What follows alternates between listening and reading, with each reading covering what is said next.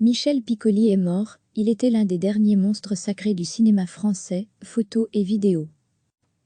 Le mariage discret de Greco et Piccoli, Archivina, monstre sacré.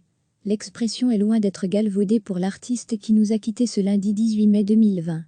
Plutôt habitué au cinéma d'auteur, le comédien à l'impressionnante filmographie, Michel Piccoli a fait les beaux jours du 7e art hexagonal durant plus de 4 décennies.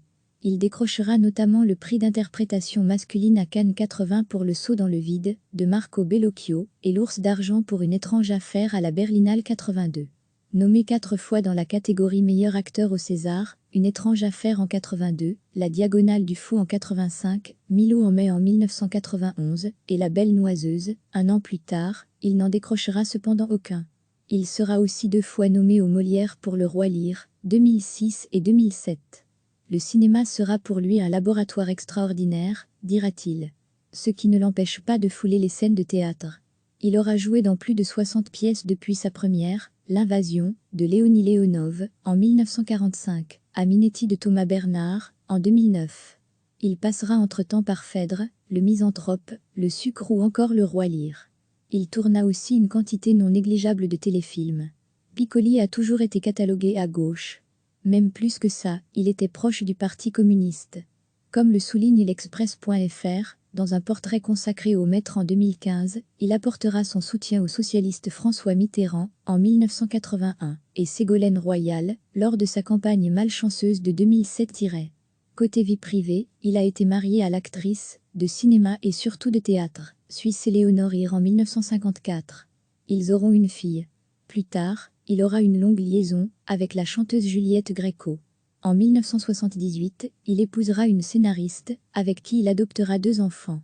Revoyons sa carrière en images, notamment par le biais de quelques films cultes. Et Mes fesses, tu les aimes, mes fesses, qui ne se souvient pas des questions anatomiques d'une Brigitte Bardot nue et lascive? C'est à Piccoli qu'elle les adressait. Le film le propulsera au devant de la scène. Le mépris m'a donné parmi les plus beaux moments que j'ai pu vivre avec mon réalisateur et mes partenaires. Tous, Fritz Lang, acteur dans le film, NDLR, Bardot, l'équipe des techniciens, nous travaillions dans la joie, mais aussi avec une sévérité exceptionnelle. Il est rare qu'un film suscite à la fois autant de joie et de concentration, dira-t-il à l'Express.fr. Avant le mépris, durant une petite vingtaine d'années, Piccoli va se frotter au spot des projecteurs avec des œuvres, comme Le parfum de la dame en noir, Louis Daquin, Le point du jour, du même réalisateur, son premier grand rôle, Franche Cancan, Jean Renoir, Les grandes manœuvres, René Clair, ou Le Doulot, Jean-Pierre Melville. Film critique de la bourgeoisie, Catherine Deneuve, avec ses airs d'Emma Bovary, y crève l'écran. 3 ans plus tôt, il avait joué aussi dans un autre film phare du maître Buñuel, Le journal d'une femme de chambre. En 1974, il poursuivra l'aventure avec le réalisateur espagnol dans Le charme discret de la bourgeoisie. Bande-annonce version 2017 réalisée à l'occasion du 50e anniversaire du film. Piccoli et Sautet, c'est du sérieux. Retenons aussi Max et les Ferrailleurs, César et Rosalie, il fait le narrateur, François, Vincent, Paul et les autres, 1974, et Mado, 1976. Scandale à Cannes en 73. Le cinéaste italien venait présenter au gratin son dernier film, La Grande Bouffe, réunissant Philippe Noiret, Marcello Mastroianni, Ugo Tognazzi, Andrea Ferreol et Piccoli. Le film est une violente attaque, la société de consommation et, encore, la bourgeoisie. Public et presse se déchaîneront avec une violence rare. C'est que l'œuvre choque, à cause de ses scènes crues, morbides et scatologiques. On nous a reproché d'être grossier et vulgaire, dit Michel Piccoli à Télérama, mais c'est tout le contraire, La Grande Bouffe est un film d'amour. Amour des gens, amour des hommes et amour de la femme. Grand acteur et homme de conviction, Piccoli n'a pas eu froid aux yeux en tournant ce pamphlet. De nos jours, le film, bien que toujours choquant pour d'aucuns, fait partie du panthéon cinématographique franco-italien. Grand film que cette passante du sans souci. Piccoli rejoint encore une fois Romy Schneider. Il interprète un patron d'une ONG fou d'amour pour son épouse. Cette dernière offrira au film, qui fait écho aux difficultés personnelles de l'actrice d'origine allemande à ce moment, particulièrement au décès accidentel de son fils, des scènes bouleversantes. Ce sera le dernier film dans la cinématographie de la charismatique actrice. Le réalisateur, Jacques Ruffio, est quant à lui, décédé en 2016.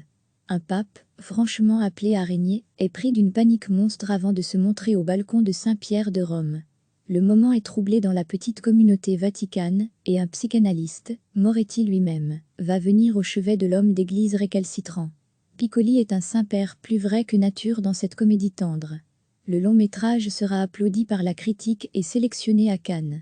Anecdote du film, le nom de Piccoli dans le film est Melville.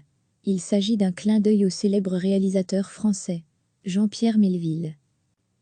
Monstre sacré, l'expression est loin d'être galvaudée pour l'artiste qui nous a quittés ce lundi 18 mai 2020. Plutôt habitué au cinéma d'auteur, le comédien à l'impressionnante filmographie, Michel Piccoli a fait les beaux jours du 7e art hexagonal durant plus de 4 décennies. Il décrochera notamment le prix d'interprétation masculine à Cannes 80 pour Le saut dans le vide, de Marco Bellocchio, et l'Ours d'argent pour Une étrange affaire à la Berlinale 82. Nommé 4 fois dans la catégorie meilleur acteur au César, Une étrange affaire en 82, La Diagonale du Fou en 85, Milou en mai en 1991, et La Belle Noiseuse, un an plus tard, il n'en décrochera cependant aucun. Il sera aussi 2 fois nommé aux Molières pour Le Roi Lear, 2006 et 2007. Le cinéma sera pour lui un laboratoire extraordinaire, dira-t-il.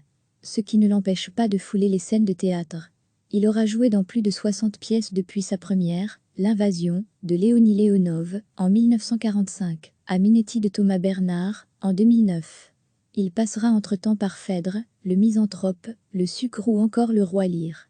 Il tourna aussi une quantité non négligeable de téléfilms. Piccoli a toujours été catalogué à gauche. Même plus que ça, il était proche du Parti communiste. Comme le souligne l'Express.fr, dans un portrait consacré au maître en 2015, il apportera son soutien au socialiste François Mitterrand, en 1981, et Ségolène Royal, lors de sa campagne malchanceuse de 2007. Côté vie privée, il a été marié à l'actrice, de cinéma et surtout de théâtre, suisse Éléonore Ir en 1954. Ils auront une fille. Plus tard, il aura une longue liaison avec la chanteuse Juliette Gréco. En 1978, il épousera une scénariste, avec qui il adoptera 2 enfants. Le mariage discret de Gréco et Piccoli, Archivina. Revoyons sa carrière en images, notamment par le biais de quelques films cultes. Le mépris de Jean-Luc Godard, 1963 et Mes fesses, tu les aimes, mes fesses, qui ne se souvient pas des questions anatomiques d'une Brigitte Bardot nue et lascive? C'est à Piccoli qu'elle les adressait. Le film le propulsera au devant de la scène. Le mépris m'a donné parmi les plus beaux moments que j'ai pu vivre avec mon réalisateur et mes partenaires.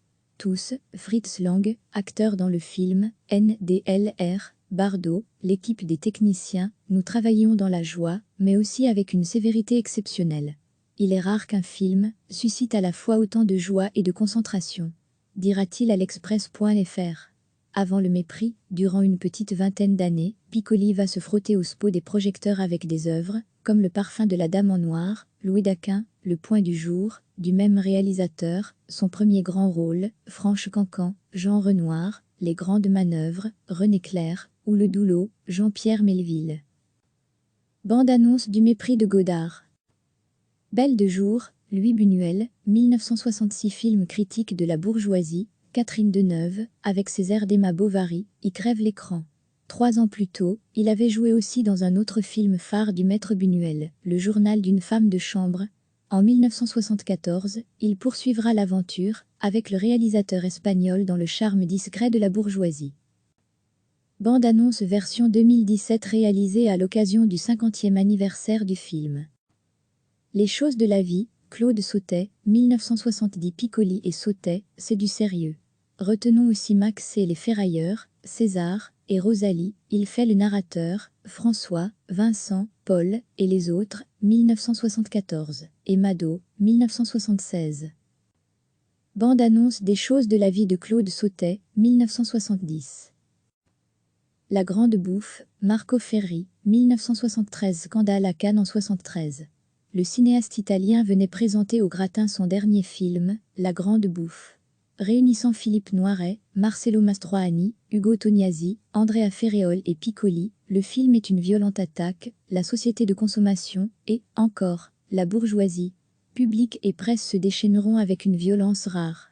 c'est que l'œuvre choque à cause de ses scènes crues, morbides et scatologiques. On nous a reproché d'être grossier et vulgaire, dit Michel Piccoli à Télérama, mais c'est tout le contraire, La Grande Bouffe est un film d'amour. Amour des gens, amour des hommes et amour de la femme. Grand acteur et homme de conviction, Piccoli n'a pas eu froid aux yeux en tournant ce pamphlet.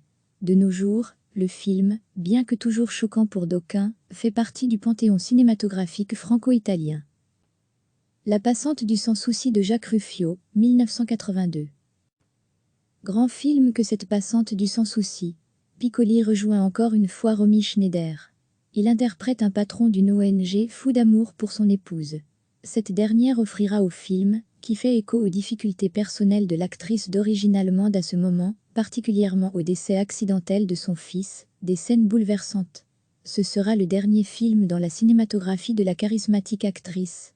Le réalisateur, Jacques Ruffio, est quant à lui, décédé en 2016. Abnu Papam, Nanni Moretti, 2011. Un pape, franchement appelé à régner, est pris d'une panique monstre avant de se montrer au balcon de Saint-Pierre de Rome. Le moment est troublé dans la petite communauté vaticane, et un psychanalyste, Moretti lui-même, va venir au chevet de l'homme d'église récalcitrant. Piccoli est un saint-père plus vrai que nature dans cette comédie tendre. Le long métrage sera applaudi par la critique et sélectionné à Cannes. Anecdote du film, le nom de Piccoli dans le film est Melville. Il s'agit d'un clin d'œil au célèbre réalisateur français, Jean-Pierre Melville. Bande-annonce du film de Nanni Moretti. Petite galerie images. Cliquez sur s'abonner pour recevoir les dernières nouvelles.